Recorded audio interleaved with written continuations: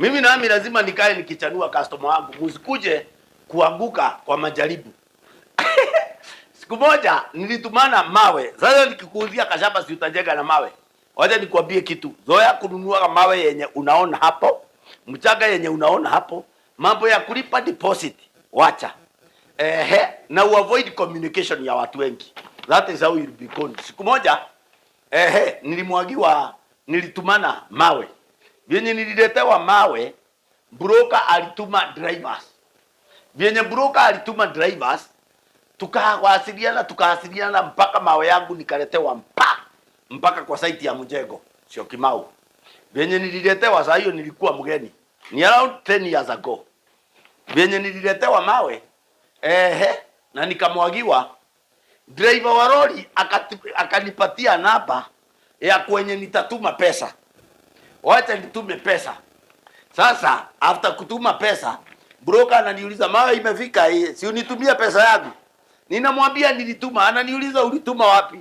Nilitumia nini, namba hapa inasoma Odhiambo Omari. Ananiambia huyo si mimi naitwa hivi ndio ungetumia. Namwambia hapana. Nilipewa hii namba na drivers mwenye ulinitumia. Akaniambia hapana, mimi mawe yangu lazima unilipe sababu mimi ndio nilikuwa nimekuitisha wewe ndio ulikuwa umenitisha mawe. Huyo jamaa tulisubuana. Wacha nikwambie.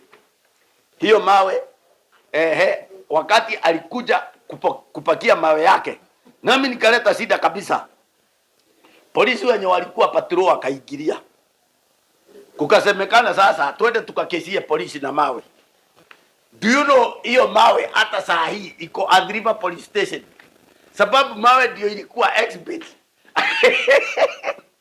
Ake Mungu ile ujinga inakuwa hii Kenya. Yaani mawe mimi nililipa.